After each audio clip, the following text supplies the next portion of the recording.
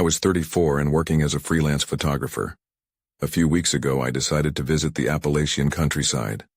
I wanted to capture unique landscapes and the simple rural life for my travel blog. I thought it would be a great escape, but what I found still haunts me. I set up my camp just outside a forgotten village. The trees were tall and dark. The roads twisted like snakes around the hills. My second night, I noticed flickering lights in the distance. I figured it might be a festival or a gathering. I felt uneasy, but curiosity pulled me closer. My camera was ready, so I crept out of my tent. The leaves crunched under my boots. I told myself it would be fine, but deep down, I felt I shouldn't be going. As I walked, the woods felt strange. I heard whispers, but I couldn't make out any words. My heart raced and a chill gripped my skin. Still, I pressed on. When I reached the clearing, I found no people, just those lights dancing between the trees. One moment they were there, then they disappeared. I blinked, thinking I imagined it. Yet the feeling of unease didn't fade. The next day, I tried to shake off what happened. I explored the area, taking photos of old cabins and graves. The locals seemed wary when I asked about the village's history. Their eyes had a mix of curiosity and fear. It felt like they knew something I didn't. I wondered if it was all in my head, that isolation was getting to me. But then I noticed shadows moving at the corners of my vision. They darted between the trees. Soft, hushed voices floated around me, yet nobody was there. My skin crawled. I wanted to go home, but something kept drawing me back to that village. The photos I took were beautiful, yet I felt like I was losing grip on reality. One night I stood at the edge of the woods again. I felt something off. I squinted into the darkness, searching. That's when I saw him. A figure stood outside the tree line. He looked familiar, but I couldn't place him. I opened my mouth to call out, "Hey, are you?" He just stood there, staring blankly. A chill pierced my chest. My heart raced as I stepped closer. "Are you okay?" I asked. He didn't answer. I looked at my camera. When I turned back, he was gone. I expected to find him lingering behind the trees, but he had vanished. My breath caught in my throat. I felt watched, like eyes were everywhere. Questions swirled in my mind.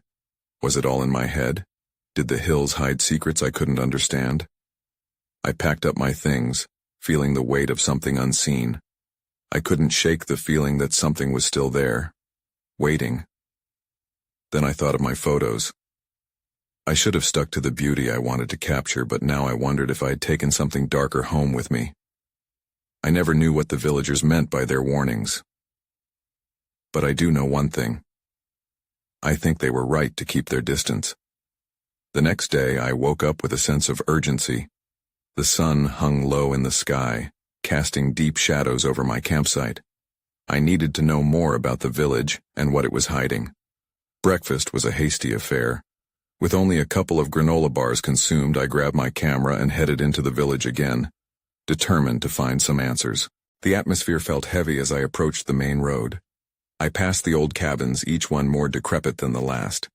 I took a couple of pictures, but my heart wasn't in it. I scanned my surroundings, half expecting to see the figure again, but I found nothing. A thick fog lingered just beyond the tree line, curling around the trunks like fingers. I decided to walk to the small general store that barely clung to its facade. The bell above the door jangled as I entered. Inside, the air was stale and musty. I spotted a few locals chatting in hushed tones. They fell silent when I walked in. "Hey there," I said, trying to break the tension. One of the men, an older gentleman with a scruffy beard, looked me up and down. "Can I help you?" he asked, his voice low and cautionary. "I was hoping to learn more about the village," I replied, keeping my tone casual. "Maybe about its history?" He exchanged a glance with the others and the unease grew. "What do you want to know?" he asked, his tone flat. "What happened to the people who lived here?" I asked, and the air felt heavy with silence. "They left," another man piped in, clearly uncomfortable with the conversation. Best just to let sleeping dogs lie. I pressed further, wanting to protect my naive curiosity. But there has to be a story. It feels like there's more to it. The old man's expression shifted. Some things you don't want to dig up, he warned. Not around here. I felt a chill at that. It was the same warning I had sensed from the villagers the first time I interacted with them. I thanked them and made my way out, feeling the weight of their eyes on me. Outside, I wandered a bit deeper into the village. That feeling of being watched intensified. I swear I could hear whispers again. I shook my head, telling myself maybe it was just the wind or the trees talking to each other. But something gnawed at me. Then I saw it. A weathered signpost partially hidden by overgrown bushes. It read cemetery, with an arrow pointing deeper into the woods. I followed it, heart racing with a mix of curiosity and dread. The path was narrow, flanked by thick brambles. As I reached the clearing of the cemetery, I was struck by how neglected it was. Graves dated back to the 1800s were covered in moss. I felt a strange pull as I wandered among the stones taking photos. That's when I noticed one grave in particular, a fresh bouquet of wilted flowers placed there, but no sign of a name or dates. A chill crept down my spine. Something was very wrong. I heard a rustle behind me and turned quickly, but there was nothing. Then I felt it. A cold presence brushed against the back of my neck and I heard a whisper. Leave. Now. My heart raced. I bolted from the cemetery, the air heavy around me. I was on the verge of panic, wondering what I had stumbled into. The villagers had been warning me. I knew that now. And then, out of the corner of my eye, I saw him again, the figure in the shadows at the edge of the trees. This time he stepped closer. My breath hitched. I needed to leave, fast. But as I turned to run, I heard it again, clearer this time. Stay! I froze. An instinct told me I was in much deeper than I ever intended to be. I stood there, caught between fight and flight. The figure stepped into the light. He was older, with hollow cheeks and sunken eyes that seemed to bore into my soul. I forgot to breathe for a moment. Who are you? I managed to whisper, my voice barely audible. He took another step forward, the forest behind him darkening like an unfolding curtain. You shouldn't be here, he said, his voice gravelly but calm. This place isn't meant for wandering souls. My heart raced again. I wanted to ask what he meant, but the words caught in my throat. I'm just trying to understand, I stammered. He shook his head almost pityingly. Understanding is dangerous. Some things are better left buried. Before I could respond, he turned abruptly and melted back into the shadows. I glanced around, every instinct screaming for me to leave. Part of me wanted to follow him, to demand answers, but I couldn't shake off the nagging fear that settled in my gut. I sprinted back past the graves, trying to suppress the urge to look over my shoulder. The path felt longer somehow, the air thicker. Each snap of a twig underfoot echoed ominously. I burst out of the trees and stumbled toward the road, gasping for breath. Back in the village, I spotted the old general store again. The locals had returned to their chatter, glancing my way as if they could sense the turmoil surging inside me. I couldn't take their wary looks any longer. I decided to get some distance to think. I needed to know more, but felt the weight of every warning they had thrown at me. Just as I was about to head back to my campsite, I spotted a young woman sitting on the porch of a nearby cabin. She watched me with an intensity that sent shivers down my spine. Hey, she called, her voice sharp. You should listen to them. You're risking something you don't understand. What do you mean? I said, hesitating. Her gaze darted to the tree line. There are things in these woods. You can only see them if you've crossed the line. What line? I pressed, desperate for answers. The line between curiosity and recklessness, she said. You stepped over it. Now, something might be watching you. My blood ran cold. I glanced back at the trees, half expecting to see the figure again. How do I? You don't, she cut me off, standing up abruptly. You run. Before I could ask why, she turned and retreated into the cabin, leaving me alone on the porch.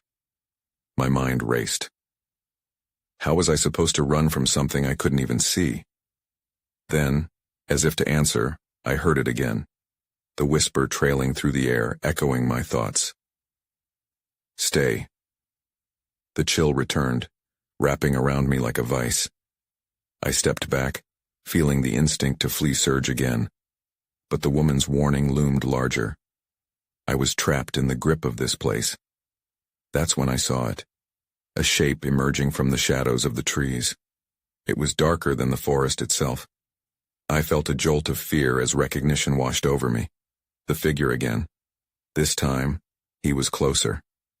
And I wasn't sure what I had to do to survive. The figure lingered in front of me, his form barely shifting as if he were part of the darkness itself. I felt rooted to the spot, overwhelmed by a mix of dread and intrigue. "What do you want?" I finally called out, forcing myself to sound braver than I felt. He stepped closer, and I could see the tired lines in his face were deeper now, as if he bore the weight of countless secrets. "You have to leave," he repeated, the urgent undertone in his voice tinged with a fear I hadn't expected. "You're not safe here." I backed away slowly, my resolve crumbling under the intensity of his gaze. "If I can just understand why."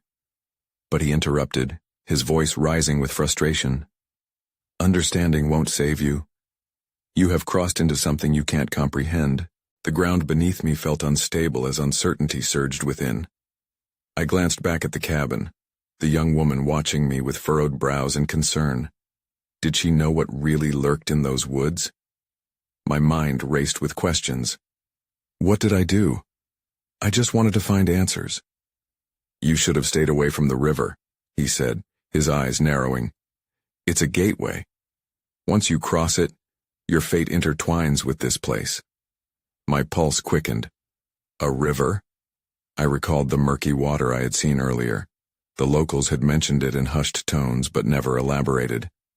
What happens if I crossed it? He didn't answer right away. Instead, he took another step forward, and I flinched, half expecting him to lash out. "Things are awakening," he said quietly, a tremor in his voice. "They don't like intruders." I tensed at his words, feeling the air around us shift. Shadows flickered in the trees behind him. I glanced back, sensing movement. "What do you mean?" He opened his mouth to speak, but then his gaze darted to the forest. I turned, and that's when I saw it. The outlines of more figures emerging, eyes gleaming like shards of glass. Panic surged through me. I didn't want to be part of this. "Run!" he shouted. But the word was swallowed by the sudden rush of the wind. I didn't need to be told twice. I turned and sprinted down the porch steps, my feet pounding against the dirt. The world blurred around me as I raced toward the road, scarcely daring to look back. I could hear the whispers curling through the trees growing louder. "Stay with us. Stay." I felt like I was being pursued, but I didn't dare pause long enough to confirm it. My heart thundered in my chest, drowning out any rational thought. I skidded to a halt when the road disappeared ahead. A thick mist rolled in, curling around my ankles like eerie fingers. I hesitated, considering my options. Turning back felt impossible, entangled in shadows, but that's when I heard it again. A voice cutting sharply through the fog. "You can't escape." It wasn't just a warning. It felt like a promise. Suddenly, everything went dark. I stumbled forward, grasping at the fading outlines of the world around me. The breath caught in my throat as I realized I was no longer in control. I could feel it closing in, the unseen weight of that dreadful presence surrounding me. The mist thickened, and I felt my mind racing. I had to figure this out. I had to find a way to survive. But what lurked in the fog was a question I feared to ask. I blinked, trying to clear the darkness that engulfed me. My heart raced as I sensed the chill seeping into my bones, and the whispers grew louder. They echoed around me, slithering through the fog like serpents. "Stay." I forced myself to push forward, though my legs felt heavy as if the mist was trying to hold me back. I had to break free. I took a deep breath, filled my lungs with courage I didn't quite feel, and urged my feet to move. I stumbled forward, trying to catch a glimpse of my surroundings. Was there a way out? Or had I crossed an invisible line into a nightmare? The air was thick with something unnameable, and dread coiled like a serpent around my mind. Just ahead I spotted a dim light flickering through the mist. I squinted and quickened my pace, clinging to the hope that it could be a safe place. Maybe someone could help me. I reached the source, a small cabin, almost hidden by the swirling fog. It looked tired, just like the man from before, but it might be my only chance. I approached, my breath catching as I got closer. The door hung slightly ajar, swaying gently as if inviting me inside. My hands trembled as I pushed it open. The creak of the door sounded like a warning. Inside, the air was stale, thick with the scent of aged wood and something else, something metallic. I stepped in cautiously, the floor creaking under my weight. The room was dimly lit by a single lantern that cast eerie shadows across the walls. "Hello?" I called out, my voice wavering. "Is anyone here?" Silence hung in the air, and for a moment, I thought I was alone. But then, I heard a soft rustling from the corner of the room. I turned, my breath hitching. There was something there, a figure huddled in the darkness. "Who are you?" I asked, taking a tentative step forward. The figure turned slightly, and I realized it was a woman. Her hair fell over her face, hiding her expression. "You shouldn't have come," she whispered, her voice barely audible above the thrumming silence. "You don't belong here." I felt the panic rising within me again. I need to find a way out. There's something in the woods, something chasing me. She nodded slowly, eyes glistening with an unnerving mix of fear and resignation. "You've awakened them," she said, her voice trembling. "They don't let go of what they want." "What do they want?" I pressed, desperation creeping in. She shook her head, recoiling slightly. "You should leave now or you'll be part of it. Part of them." Then it clicked. The man's warning about the river and the figures in the woods. I had walked into something I couldn't understand, and it felt like the walls were closing in around me. Suddenly a loud crash echoed from outside, shaking the cabin. I peered through the small window and my stomach dropped. Figures moved fluidly in the mist, their faces twisted in expressions I couldn't decipher. They were all around me. I looked back at the woman, her face pale under the flickering light. "We have to escape." She nodded and stood, her movements hesitant. "The back door," she said urgently. "It's our only chance." I followed her to the back, my heart pounding. Just as she swung the door open, I could hear the whispers again, louder and more insistent. "Stay with us." Fear surged through me as I stepped out into the mist. The figures were closing in fast, and I knew I needed to act. But in that instant I glanced back at the woman. She hesitated at the threshold, her eyes wide with conflict. "Come on," I shouted, pulling at her arm. "We have to go." But just as I turned back to survey the dark woods, I saw it, a shadow rising behind her, darker and more imposing than the rest. My heart sank. I realized I wasn't the only one who had found this cabin. And then everything went dark again, enveloping us both in a new layer of dread. I gasped as the dark shape loomed near, stretching toward us with a menace that sent shivers down my spine. The woman's expression shifted from fear to resignation as she took a step back, becoming part of the shadows. I wanted to scream, but the sound was trapped in my throat. "Don't," I yelled, but it was too late. The figure lunged at her, swallowing her in an instant. My instincts took over, and I bolted into the wispy fog that now felt like a living entity, wrapping around my legs like freezing tendrils. I didn't dare look back. With every step, the whispers rose, rippling through the mist, urging me to join them. I hadn't come this far to give in.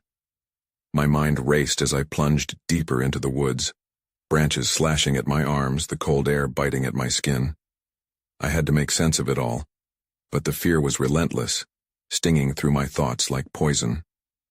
Then I stumbled upon a small clearing. The moonlight broke through the canopy, illuminating an ancient stone well, its stones slick with dampness. I could hear something breathing, heavy and labored, echoing from within. Kneeling down, I peered inside but saw only darkness. "Please, no," I whispered, catching my breath. Was this where I was meant to go? A part of me wanted to escape whatever was out there, but another part felt the inexplicable pull of that well, like it was waiting for me. But then I heard the rustling again, louder this time, followed by a chorus of whispers rising to a fever pitch. "Join us! Join us!" I shot to my feet. The shadows were closing in on me again, their forms shifting through the fog, eager to claim what they had lost, and suddenly it all clicked. The woman in the cabin had known. She hadn't just been a victim. She was part of this cursed place. They would find me too, unless I broke free. I darted away from the well, heart racing as I ran blind through the trees, their branches catching my clothes. I had to keep moving. I couldn't let them take me. But then I tripped, tumbling to the ground. The whispers hit me like a wave. I squeezed my eyes shut, waiting for the end. But instead I felt a hand grasp my arm, hard and cold. I opened my eyes and found myself staring into the face of a different woman, one I didn't recognize, with hollow eyes that seemed to drink in the moonlight. "You won't escape. It's too late for you," she hissed, her voice a chilling echo of the others. I jerked my arm free, scrambling back to my feet, adrenaline surging. Something inside warped. I couldn't stay here. I needed to run, but the clearing felt suffocating, and this new figure stood like a barrier against the unseen threats beyond. "Get away," I shouted, desperate. With a rapid glance over my shoulder, I spotted a darker shape moving towards us, larger and more imposing than any shadow I'd encountered before. It surged toward me with terrifying speed. I didn't take time to think. With a final burst of fear-fueled energy, I charged past the woman and into the deeper woods. I didn't know where I was going, but I could feel the chase right behind me, a relentless determination that urged me forward. But then, as I ran, I realized I had lost all sense of direction. I was hopelessly lost. Then suddenly my foot caught on a root, and I fell hard to the ground. My breath left me in a rush. I choked on fear as I glanced back. The woman was gone, and the shadows halted, waiting, swirling around the place where I lay. That's when I saw it. Something glimmering near the trees ahead. The air grew thicker, the whispers sharper. I had to reach it. But just as I pushed myself off the ground, new voices echoed from behind, their tones merciless and insistent. "Stay with us. Forever." The ominous murmurs reverberated through the trees, drowning out the sounds of the night. I pushed myself back to my feet, my heart hammering like a trapped bird. The glimmering object was only a few strides away, and despite the shadows creeping closer, I took off toward it, feeling the weight of those desperate voices behind me. As I sprinted, the world around me spun. I stumbled, nearly losing my footing again, but the glowing light drew me in, a beacon of hope amidst the chaos. I reached it at last, and my hands brushed against something cold and smooth. It was a metal pendant, intricately designed, hanging from a twisted piece of dark rope. I held it up, and the light intensified for a moment, illuminating the area. The whispers grew frustrated, their urgency palpable. "You cannot run," they cried, blending with a cacophony of unearthly sounds. Their desperation pushed me to grasp the pendant tightly. The coldness seeped into my hand. I turned to look back, still clutching it, and saw the shadows weaving in tighter, their outlines shifting. I had no idea how long I could keep this up. I needed to find a way out, a way to escape this nightmare. Suddenly I noticed something else, a flicker of movement in the corner of my eye. A faint figure emerged from the murky depths of the trees, this one different from the others. It was a young girl, no older than 10, with a vacant stare, her hair long and tangled, illuminated by whatever light was emanating from the pendant. "Help me," she pleaded, her voice a whisper that echoed against the forest walls. "They won't let me go." I glanced back to the encroaching shadows. They recoiled slightly, but I could feel their hunger, their impatience to reclaim what was theirs. "Who are they?" I asked, my voice shaky. "What do they want?" Her answer came as a shuddering breath. "They want you to join them, to be like me." She pointed to her own silhouette, transparency mingling with the darkened trees behind her. Like you? I felt a jolt of fear run through me. No, I can't. They will not stop, she said with a hollow sadness. Not until you do. I felt the pendant pulse with energy in my palm, and the girl's eyes widened. Use it. It can protect you. Glancing back, I saw the shadows shifting again, swelling in anger, inching forward with plenty of intent. With every breath they seemed to close in, and the girl's presence created a strange mix of hope and dread. Just trust me. Her voice broke through the growing chaos, pulling me closer to the light as I made a choice. I raised the pendant, feeling the energy coursing through it, and a warmth wrapped around me. But the sound of an approaching growl shattered the moment. My heart sank. Whatever lay hidden within the trees was more than just shadows. It was something alive, something monstrous. Run! The girl shouted, her words a desperate plea as the forest began to shake. Jerked back to reality, I took off with all I had, hoping the pendant would shield me from the encroaching darkness. But as I fled, I could still hear the girl's voice, warning me, beckoning me to stay. You can't escape. Not yet. I burst through the trees, my lungs burning, the forest behind me roaring with fury. And that's when I saw what I had been fleeing, an enormous beast, its eyes glowing with an unnatural light, rising from the underbrush. It stood as a dark silhouette against the moon, hulking and fierce, ready to collide with me. I froze, trapped between shadows and light, the fear clawing at my insides. I realized I was out of time. What had I entered into? The beast loomed before me, its growls deep and menacing. Time stretched, each second feeling like an eternity. I stood paralyzed, fighting against the instinct to turn and run, but every fiber of my being screamed for escape. Suddenly, the pendant in my hand flared with a brilliant light, shining like an angry sun. The shadows around me hissed, recoiling as if burned. The creature's eyes narrowed, fixating on the pendant with an intensity that sent chills down my spine. Use it! The girl's voice rang in my mind. It's your only chance. I raised the pendant higher, almost instinctively. The warmth it provided flowed through me, igniting an unfamiliar courage. But what should I do next? It felt overwhelming. Just then the beast charged, its massive form surging forward like a wave of darkness. I snapped into action, having little choice left but to run. As I dashed to the side, the ground shook beneath me, the air thick with dread. I could feel its hot breath on my back. Run faster, the girl cried within the depths of my thoughts. I sprinted blindly, feet pounding against the forest floor. With each step, the whispers echoed, Join us! Join us! The air thickened with their urgency, but the light of the pendant pushed them back, creating a small bubble of safety. Suddenly I saw an opening ahead, an old crumbling stone wall, half cloaked in ivy. A wall? What was this doing in the forest? I didn't care. It was my only hope. I bolted toward it, the beast behind me closing in. As I reached the wall, I scrambled for any kind of foothold. My fingers grasped the cold stone, and I hoisted myself up just as a screech pierced the air. The creature slammed into the wall behind me, sending dust and debris clouding into the night. I hardly paused to catch my breath. I pulled myself up and over the crumbled stones, landing on the other side.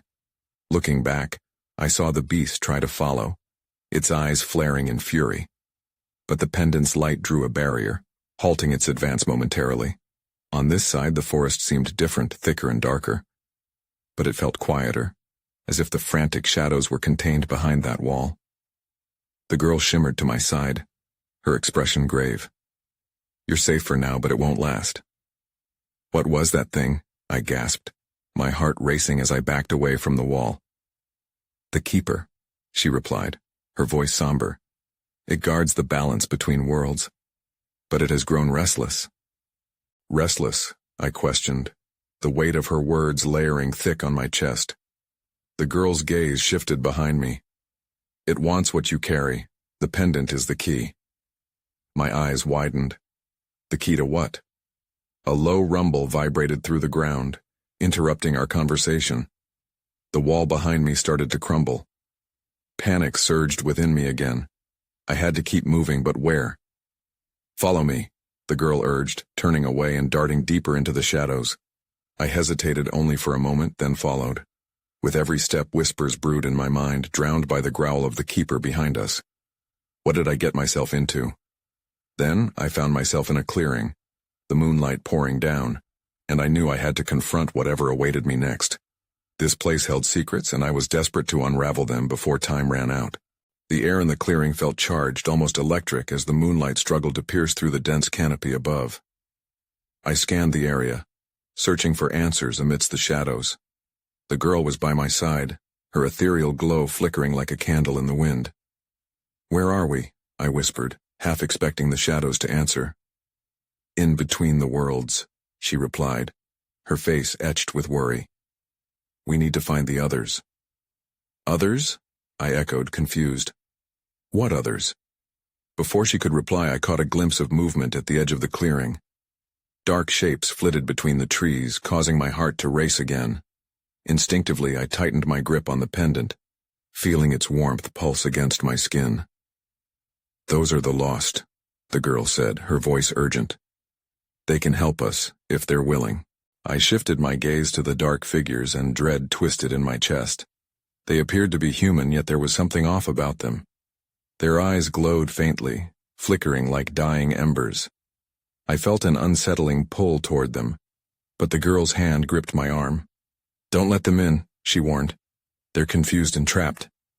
My breath quickened as the shadows seemed to close in, their whispers rising to a frantic crescendo.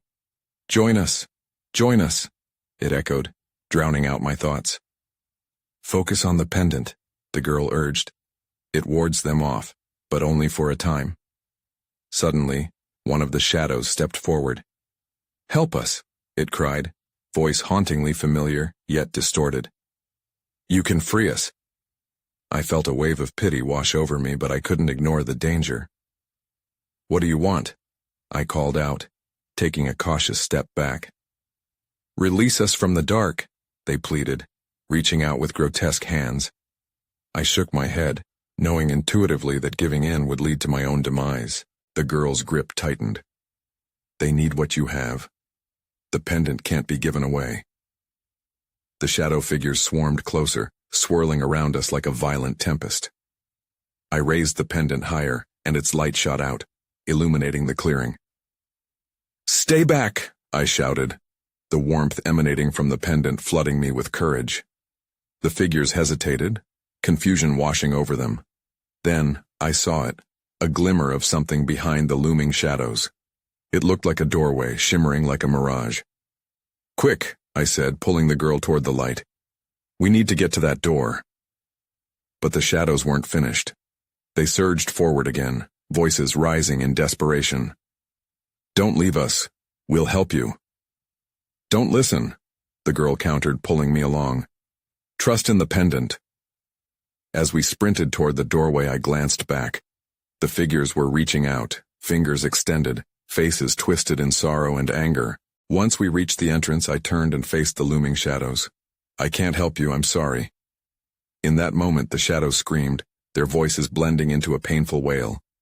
I could feel their desperation clawing at my mind, drowning me in guilt. Then everything went dark. I stumbled through the doorway, yanking the girl along, and fell into a swirling void. I didn't know where we were going or what awaited on the other side, but I felt an undeniable urgency tightening around me. If I didn't get a grip soon, I might be lost forever. I gasped as I landed on cold, hard ground, the rushing void dissipating into an eerie silence. The air felt different, sharper, devoid of the oppressive weight I had grown used to. I blinked, trying to orient myself. The place where I had fallen was an open field, illuminated by fading light, transitioning into dusk. It looked like the outskirts of the village, but the trees were more vibrant, the whispers muted, and a sense of calm enveloped me. The girl stood beside me, her glow diminished but still present. "We made it," she said, relief washing over her delicate features. "But I fear it's not over." Looking around, I felt a strange sense of familiarity. like I had crossed a threshold of sorts, yet an unsettling feeling remained lodged in my chest. "Where exactly are we?" I asked, scanning the horizon for any sign of danger. "Between the past and present, I think," she replied softly. "The Keeper cannot cross this line, but it won't give up easily. It will seek to reclaim you." I felt the pendant's warmth against my chest, a bitter reminder of the chaos I had left behind, and the darkness still lurking in those woods.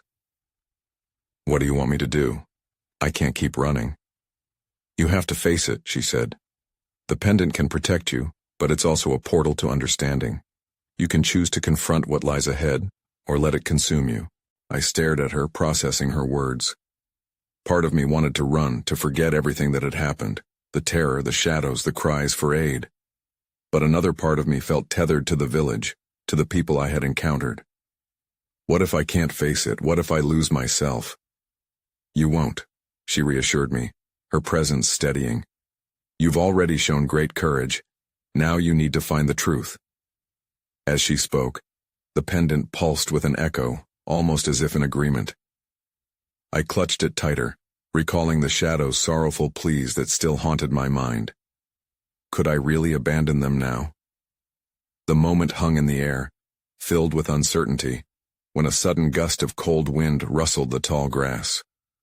A wave of disquiet swept over me, and I turned instinctively toward the trees lining the edge of the field. Shadows began to emerge, forming once more from the darkness, embodying the fear that had chased me relentlessly.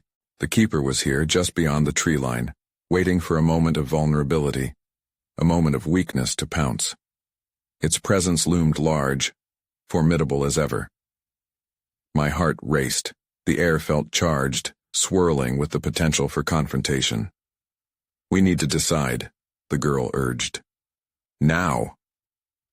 I focused on the pendant, inhaling deeply. I felt strong and ready, yet there was an underlying tremor of fear that I couldn't shake. What if confronting the Keeper meant letting go of everything I knew, maybe of myself? But then an image sparked in my mind, the weary eyes of the villagers who had warned me, the sorrow of the lost souls surrounding the woods, the girl who had helped me thus far. They were all connected to this struggle, and I knew I had to do something, to stand for them. With a newfound resolve, I stepped toward the looming shadows, clutching the pendant like a weapon. "I will not join you," I shouted, my voice ringing defiantly through the gathering gloom. I refused to be afraid. The air shifted, the whispers turned frantic. "Stay with us," they cried, but I held my ground, raising the pendant toward the encroaching darkness. The light flared dramatically. Then I heard the Keeper's voice, deep and rumbling, flattening the strength I had found. "You cannot fight what you do not understand." "I understand enough," I called back, my voice unwavering. "You prey on fear and sadness, but I won't let you control me." A surge of energy flowed through the pendant, shooting beams of light into the shadows. It felt powerful and terrifying, the very essence of my defiance. The figures seemed to hesitate, shadows swaying with hesitation, waiting for their fate. In that moment I saw them clearly, the lost souls, the darkened figures of the villagers. They wanted release not just for me but for themselves. Could I uncover their truth and free them from this haunting existence? As if sensing my resolve, the Keeper shrieked, a cacophony of rage blending with the whispers of the lost. "You are one of them now. You cannot escape." Closing my eyes, I pushed past the fear and extended my arms outward, feeling the energy surge higher, erupting from the pendant. A brilliant explosion of light erupted, filling the clearing as I cried out, "No more! I choose to fight!" And for a brief, breathtaking moment, everything stopped. The tumult and darkness faltered, the voices paused, and clarity washed over me. I sensed the figures shift, their forms dissolving, freed from the chains of torment. Then in a flash it all collapsed around me, the light bursting forth like dawn breaking the night. I stood at a precipice where shadows collided with brilliance, the Keeper's anguished growl echoing in my ears as I felt a rush of cool air sweeping through. And then, silence. When I opened my eyes, I found myself standing alone in the clearing, with the pendant still warm in my palm. The woods were still, the oppressive weight gone, leaving a sense of peace lingering in the air. But what had I truly set free? The girl was gone. Had she been real or a figment, a reflection of my struggle? I couldn't be sure. I turned to the village upon the hill, resigned yet curious about the stories lingering within its walls. Undoubtedly there were still questions left unanswered. Would the shadows return? Would the keeper regain its hold? All I knew was that I had confronted something within myself, fought back against the darkness without fully comprehending it. I was alive, but the echoes of the woods still murmured in the wind, urging me to seek out their truths. And for now, I turned toward the shadows of the village, knowing my journey wasn't over, contemplating the delicate line I had walked between light and dark. I moved forward, bracing against uncertainty. I may never know the whole of what I faced, but one thing remained clear. The woods still had stories to tell,